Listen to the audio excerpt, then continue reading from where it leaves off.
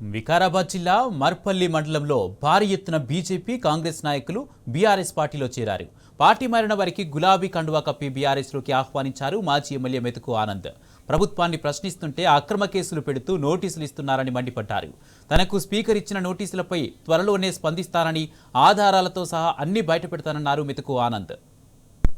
నోటీసులు ఇవ్వాలంటే మేము చాలా నోటీసులు ఇస్తుంటాం. ఆయన మాట్లాడేదాన్ని దీని గురించి పెద్ద చర్చనే కాదు, దాని గురించి ఇంకా చాలా విపులంగా చాలా బ్రహ్మాండంగా మాట్లాడుతున్నది. నేను ఎప్పుడు స్పందించాలని అప్పుడు స్పందిస్తా. ఇప్పుడు లీగల్గా ఎట్లా ప్రొసీడ్ కావాలని అట్లా ప్రొసీడ్ అవుతాము. ఆయనకు 1000 కోట్లు వేసేది ఉన్నది, పరువు నష్టం దావా.